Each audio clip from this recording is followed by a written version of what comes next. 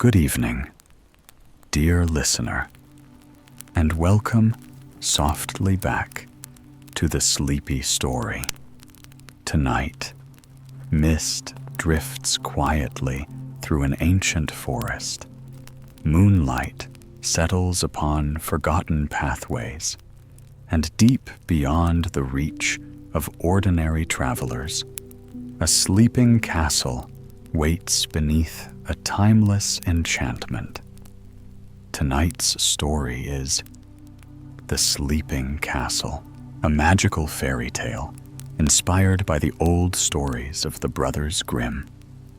A tale of two brothers, an enchanted kingdom, a sleeping princess, and the quiet truth that kindness often succeeds where pride fails. As the world grows quieter around you, allow your breathing to slow, let your shoulders soften, and leave the worries of the day gently behind. And together, let us drift gently into tonight's enchanted adventure. Welcome to Get Sleepy, the podcast where we listen, we relax, and we get sleepy. I'm Tom, your host. Thanks for tuning in. I'm excited to let you know that this week, in addition to our usual schedule of episodes, we'll also have a bonus episode in honor of World Sleep Day on Friday. It's a very special meditation where we will all have the chance to share in the comfort and reassurance of good rest. As for tonight, our story is inspired by a fairy tale once collected by the Brothers Grimm.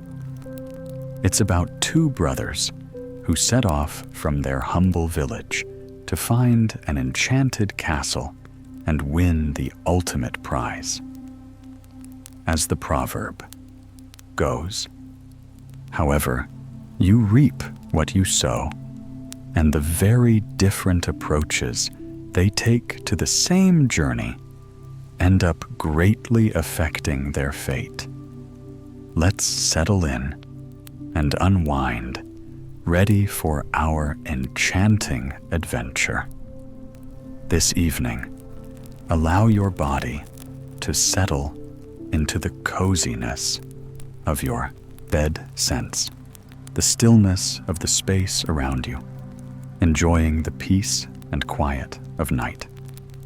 Whatever today was like, be it busy and full on, or maybe steady and leisurely, you can leave it behind now.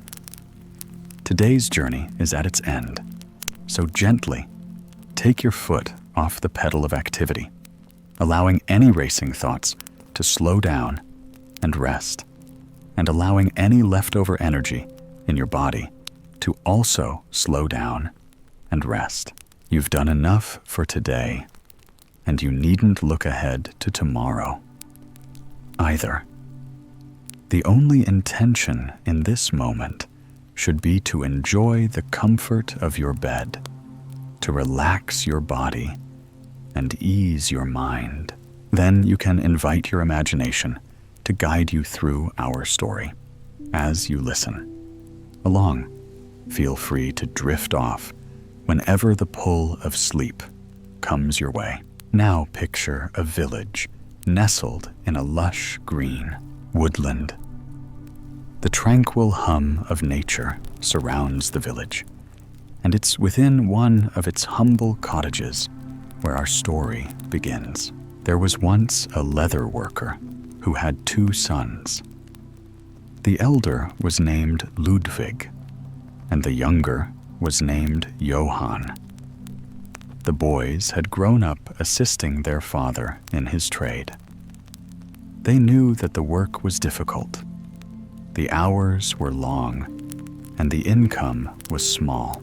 As they came of age, they both began to secretly wish they could spread their wings. They loved and respected their father, but they had dreams of their own and were curious to explore a different path in life. One day, their father was mending the shoe of a passing traveler. While the stranger was waiting, He entertained Johann and Ludwig with some stories from his journey, which sounded very grand and exciting. Neither of the boys had ever experienced life beyond the woods around their village. The traveler told many an eye-opening tale from the road, but there was one in particular that interested Ludwig. According to their guest, there was a distant castle, very deep in the forest, where the entire court had been enchanted and fallen into a deep sleep. Rumor had it that at the center of the castle was a beautiful sleeping princess, and many a wishful suitor had attempted to reach her, to no avail. In fact, no man who had ever entered the castle had been known to return. This was quite a pity for all of them, because it was widely believed that the princess and her future husband would inherit the castle and all its lands and riches if only she and her court could be awakened. Ludwig was a clever boy who had a rather high opinion of himself, and he was looking for a way out of the family trade. This enchanted princess seems like an opportunity too good to miss. When the traveler had paid for his mended shoe and retired to the inn for the Woodlea night, Ludwig went to speak with his father and brother. He told them he would pack himself a bag of provisions and set out to find the enchanted castle. The very next morning, Johann did not wish to be a leather craftsman either, but he tried to dissuade Ludwig from taking on this adventure. "Even if you are able to find the enchanted castle," he said to his brother, "what makes you think you can succeed in breaking this spell when so many before you have failed?" But Ludwig was not the type of boy to trouble himself with such limiting details. "You're just envious that I'll be having an adventure," he replied. Johann continued to speak sense to Ludwig, but the older boy could not be talked out of the trip. "If you must go," Johann finally said, "then I will come with you. After all, 2 heads are better than 1. Ludwig considered his younger brother to be naive and did not think he would be much help, but he shrugged indifferently. "Do as you please," he responded, "but do not think you will marry the princess instead of me." Then the 2 brothers went to bed, for they would need a good night's rest before leaving in the morning. When the sun rose, the 2 brothers each packed a bag with a loaf of bread, some cheese, and enough water to drink. Their father was a bit teary-eyed to bid his sons farewell, not knowing what they would encounter. He embraced them both, saying to Ludwig, "Take care of Johann. He is not as clever or brave as you are." With that, Ludwig and Johann left their father's cottage, walked to the edge of the village, and followed the path straight into the woods. By midday, when the sun was at its highest in the sky, Ludwig and Johann had gone farther from their village than they had ever been before the path through the woods continued. But the foliage was increasingly dense as they plunged deeper into the heart of the forest. On the fringe of the woods, where they had started, the birdsong had been abundant. But as they continued into the gloom, a heavy silence fell around them. Once in a while, they had a rustle in the underbrush or a frog singing in a stream. But they saw no other people. As the day wore on, they came upon a massive group of ants in the middle of the path. All of the ants were busily engaged in building and carrying tiny bits of food. Johann's instinct was to give the ants a wide bath and be on his way. Ludwig, however, nudged the anthill with his foot and disturbed it as he passed. "Why did you do that?" Johann said. "Why not?" Ludwig responded with a smirk. "They're just stunts, and they probably bite." Ludwig kept walking, as if nothing had happened, but Johann couldn't bear to leave the anthill. So unsettled, he put down his bag and gingerly pushed the fallen part of the anthill back in place. To his relief, the ants did not bite him. "Sorry about that," Johann said quietly to the ants. Then he picked up his bag and ran to catch up with Ludwig. The two brothers walked onward through the darkening woods as the sun moved lower in the sky. They no longer knew where they were. The path always continued, winding through the oddly shaped boulders and over small, bubbling streams. Even their footsteps on the moss made no noise as they traveled. Finally, as twilight fell, the trees opened to a clearing, and they found themselves looking at a shining lake in the light of the setting sun. Johann could see a small flock of ducks gathered a little way down the shore. Some were paddling happily, and others were sitting near the edge of the water. "What good luck," Ludwig said with delight. "We can steal eggs from the ducks for our dinner." Johann looked at him with dismay. "Why would you steal their eggs when you brought bread and cheese for yourself?" he asked his brother. Ludwig looked at him with disdain. "They can always lay more eggs," he scoffed as Johann watched. Ludwig walked towards the ducks and scattered them, casting about to see if he could find their nests. Alas, he didn't unearth a single egg. In bad humor, he returned to a spot under a nearby tree and sullenly ate some of the food from his back. Johann observed the ducks as they reconvened on the shore of the lake, smoothing their ruffled feathers. Cautiously, he approached them, and then he tore a piece from his loaf of bread and scattered the crumbs lightly in their direction. "I'm sorry about the disturbance," he called quietly to them. The ducks cautiously nibbled at the crumbs, and Johann retired under his own tree to eat the rest of his dinner and make himself comfortable for the night. In the morning, there was no sign of the ducks, and Ludwig did not bother to seek any eggs. The two brothers ate a few bites of food, drank from their water bottles, and picked up their bags.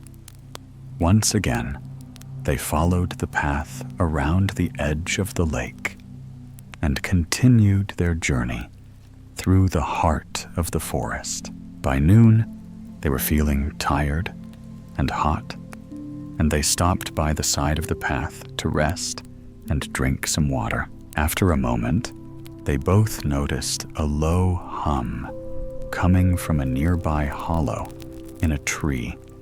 Investigating the source of the sound, they discovered a massive hive of honeybees inside. "What good luck," Ludwig said. "Just when we're beginning to get low on food, we've stumbled across a treasure trove of honey.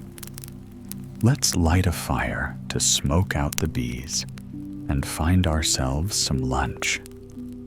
But Johann felt bad about the idea of stealing honey from the bees. Furthermore, he knew he and Ludwig were likely to damage the hive. In the process, he had to admit he was hungry, but he couldn't bring himself to do it. Ludwig was frustrated by his brother's reluctance, so Johann placated him by offering him the rest of his food. "You can have my last pieces of bread and cheese," he said. "Just leave the bees alone." "You are a fool," the older brother said, taking the food from him.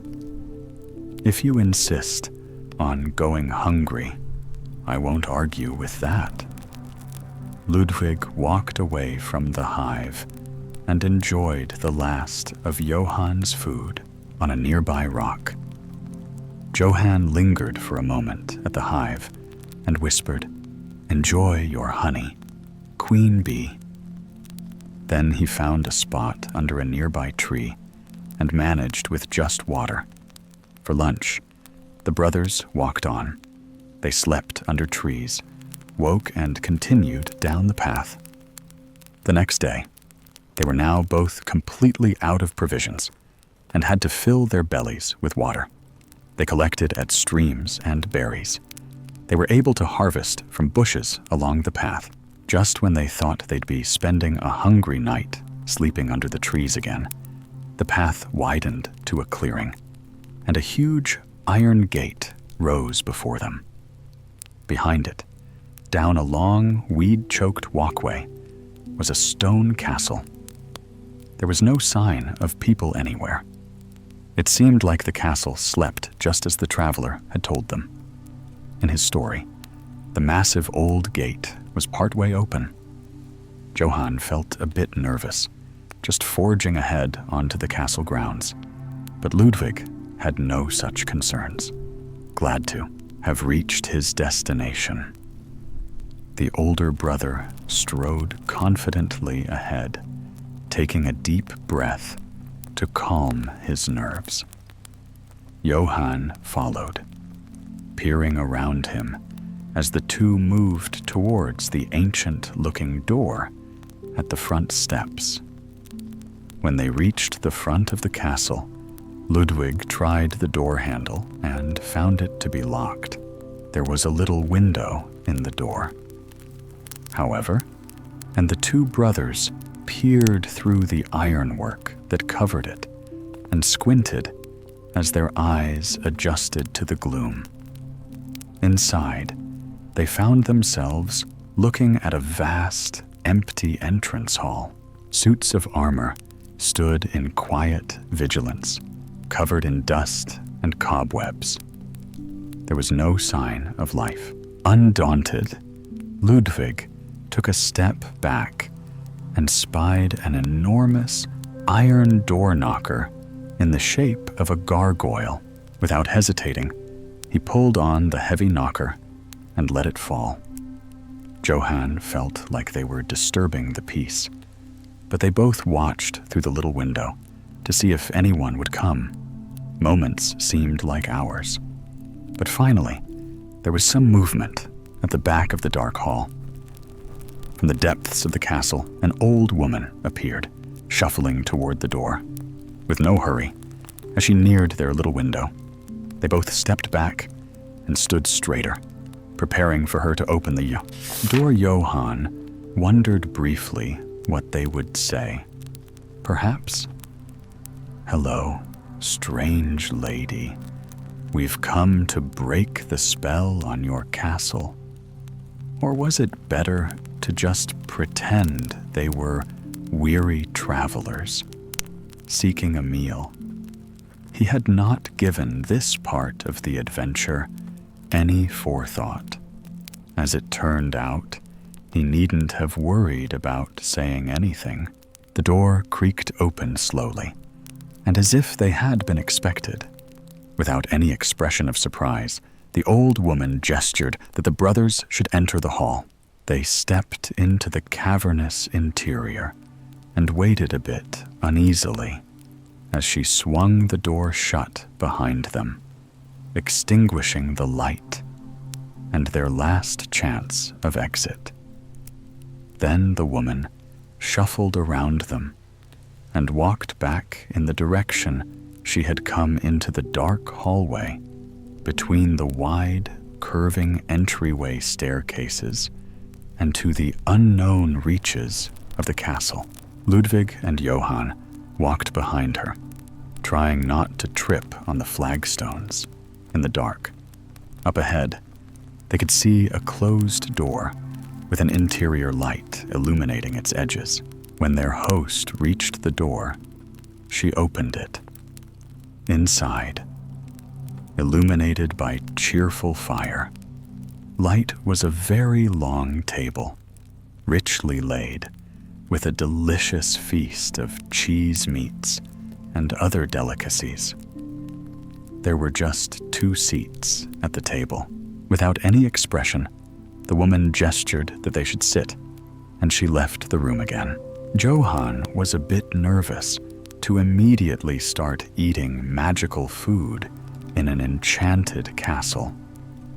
But Ludwig did not appear bothered. He grinned broadly and set upon the feast with great gusto, seeing that his brother wasn't suffering any ill effects from his dinner. Johann gave in to his hunger and took the other chair. They ate until they couldn't finish another bite, and then they sat back in their soft, upholstered chairs, enjoying the warmth of the crackling fire. Without realizing it, they both fell into a comfortable, dreamless sleep and stayed that way until morning. When they awakened, the fire was out, and everything that had been on the table was gone. They heard the door opening and turned to see the same old woman, lit from behind by the morning light from the distant entry hall. Without any greeting, she spoke in order to break the enchantment of this castle. You will have to pass 3 tests. I do not suggest you undertake these lightly, because nobody has passed even the first one. Many men have tried and failed. Those who do not succeed fall under the enchantment. They are all sleeping here in the castle now, and they won't awaken until the spell is broken. Hearing this, Johann felt concerned. After all the odds of succeeding, and this task did not seem good. And why should he be any more clever or lucky than the last man? Ludwig, however, had immense confidence in his own abilities. He stepped forward and arrogantly announced that he was ready to take on the first task. The old woman shrugged and motioned for Ludwig to follow her. She led him down some winding hallways, through the deserted castle kitchen, and then outer back door to what must once have been a thriving kitchen garden. Ludwig stood and surveyed the plot, now overgrown with vines, grass, and weeds. There are 1,000 seeds scattered in this garden, the woman told him. You have until nightfall to find every single one. Even if you find only 999, see, you will fail the task and fall under the enchantment. Then, without ceremony, the woman turned and went back inside the castle. Ludwig got to work. He tore aside vines and rooted through weedy patches. Here and there, he found a seed and slipped it into his pocket.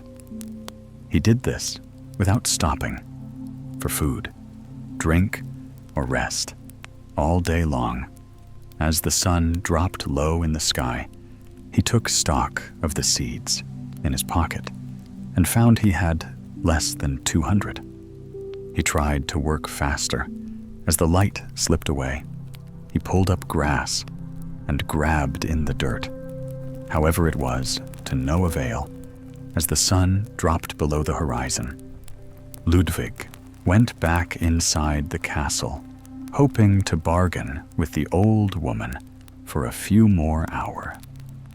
But he didn't even get as far as the room where Johann awaited him. He fell deep asleep on a bench in the hall. Ludwig had failed the test. Meanwhile, Johann was alone in the room with the fireplace. He did not know what had happened to his brother, but the table set itself with a magical feast. Again.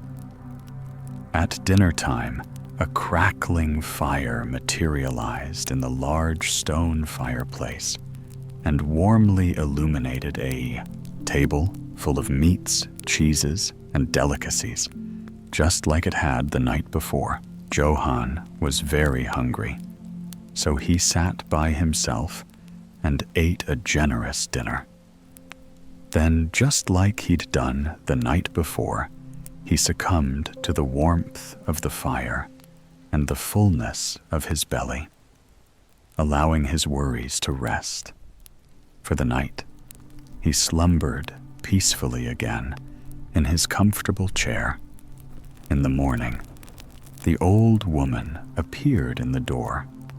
"Your brother has failed the first task, and he is now deeply asleep," she told Johann. "Are you willing to attempt the task, or will you choose to leave the castle and save yourself?" In all honesty, Johann was quite afraid to attempt this test. However, he wasn't sure if he could live with himself if he abandoned his brother to eternal enchantment. It didn't take long for him to make this decision. "I will attempt the task," he responded. The old woman did not reveal whether she thought this was a wise choice or a foolish one. Instead, she turned and walked out of the room, clearly expecting Johann to follow her. When they reached the castle garden, she gave the same instructions she had spoken to Ludwig the day before. "Find all 1,000 seeds before nightfall," she said. "Otherwise, you will join your brother in perpetual dreams." Johann felt a sense of hopelessness as he surveyed the terribly overgrown garden. How could he possibly find 1,000 seeds there? For a time, he tugged up vines and pushed through the grasses, picking up seeds here and there. After an hour, however, he could easily see that this pace would never do, and he sat on the steps to the kitchen and put his head in his hands. He didn't know how long he sat that way, but after a while, he looked up to see some small movements out of the corner of his eye as he watched a few ants crawled up onto the step and deposited individual seeds at his side. With astonishment, he realized the line of ants was growing. They were crawling all over the garden and depositing the seeds in the growing hill next to him on the steps. Relief flooded him as he realized that he might not fail this task after all. Exactly 1,000 Cs were resting in his pile. By the time twilight fell, he had rebuilt their ant hill for them, and now they had made a special hill of precious seeds for him. In return, thanks to his animal friends, he had passed the first test that night. Johann feasted at the magical table with a mixture of happiness and concern. He was delighted to have succeeded at collecting the seeds, but he was also nervous about what the second task would be. He didn't have long to wait before he would find out. In the morning, the old woman reappeared and motioned for him to follow her. Again, they exited the house through the kitchen door. This time, they proceeded through the weedy kitchen garden, and then followed a wide path around the side of the castle, where Johann saw a large lake. The lake had obviously been very pretty. At one time, there were elegant benches here and there, with intricate trellises covering them. Roses now ran rampant, unchecked by pruning. For a very long time, bushes that had once been trimmed into fanciful shapes were now completely ragged and overgrown. A fountain in the middle of the lake lay silent, covered in moss. The lake itself was covered with lily pads and algae. The woman gestured at the water. Somewhere at the bottom of this lake, there is a key that will open the door to our sleeping princess. You have until nightfall to find that key, or else you will fail the test and fall into a deep sleep, like your brother and all the suitors before him. Without any further help or explanation, the woman turned and walked back toward the castle. Johann looked hopelessly at the lake, knowing that the only option was to begin searching. He waded unsteadily ahead. Immediately, his shoes sank into the mud underneath the water, and the algae collected around his knees. Not only was it hard to walk, but he couldn't see anything in the murky depths of the lake. After a few minutes, he returned to dry land. Pulling his mud-filled shoes with him, he sat hopelessly on a nearby bench, agonizing over his situation as he desperately tried to think of a solution. Some ducks flew into view. Circling the lake, they descended, swimming delicately among the lily pads and dunking their feathered heads beneath the water. Soon, an entire flock was there, splashing and swimming. The birds did this for hours, slowly making their way around the entire lake. Finally, as the sun drew lower in the sky, one of the ducks waddled up onto the shoreline and stepped delicately toward Johann, where he sat on the bench. In its bill was a golden key.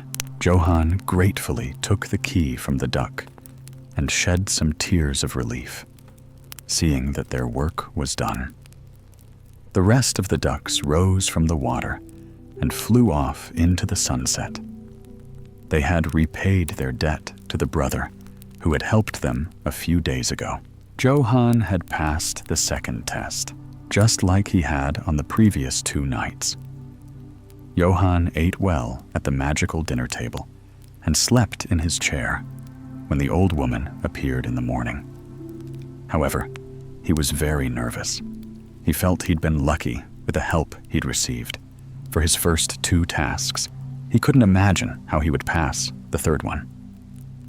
This time, the woman did not lead him to the kitchen. Rather, she indicated that he should accompany her up one of the large, curving staircases to the highest reaches of the Charsai castle. He followed her, echoing steps through a long, dusty corridor, stopping in front of a web-covered door. At the end, she produced the key the ducks had found in the lake yesterday. She inserted the key in the lock and turned it, and the door groaned in protest as it was pushed open. Johann stepped into the doorway and surveyed the interior. The room was lit by very tall windows. Straight ahead, there was a large, canopied bed draped in velvet. Dust motes drifted across the sunbeams that struggled through the dirty window glass. It looked as if nobody had been in this room for a long time. After a moment, Johann realized there were 3 lovely maidens lying in the large bed. All of them wore identical white nightdresses. They were fast asleep. One of these sleeping maidens is the princess, the woman said. The other 2 are her ladies in waiting on the day that they were enchanted. They each had a suite. After dinner, the 2 ladies in waiting each chose little candies made with white sugar. However, the princess preferred honey, and she ate a honey cake to break the enchantment. You must wake the real princess with a kiss. If you choose the wrong girl, all will be lost, and you will join your brother and the rest of the castle in sleep. Johann was very concerned about this last test. How was he to know which of these identically attired maidens was royalty or who had eaten honey cake? He stood in front of the bed and wondered how he would make his choice. As he pondered his fate, he became aware of a hum near his ear.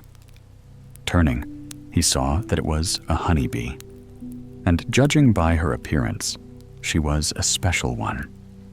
In fact, it was the queen bee who had entered the chamber and was now hovering over the maidens on the bed. Johann watched silently as the bee moved lightly from one girl to another, never landing, but hovering briefly over each. After a few moments, the queen bee returned to the maiden at the far left of the bed. As Johann watched the bee slowly circled over her head 3 times, he knew what this meant. That maiden had eaten honey cake, her task accomplished. The queen bee flew once around the room and then disappeared through the open door.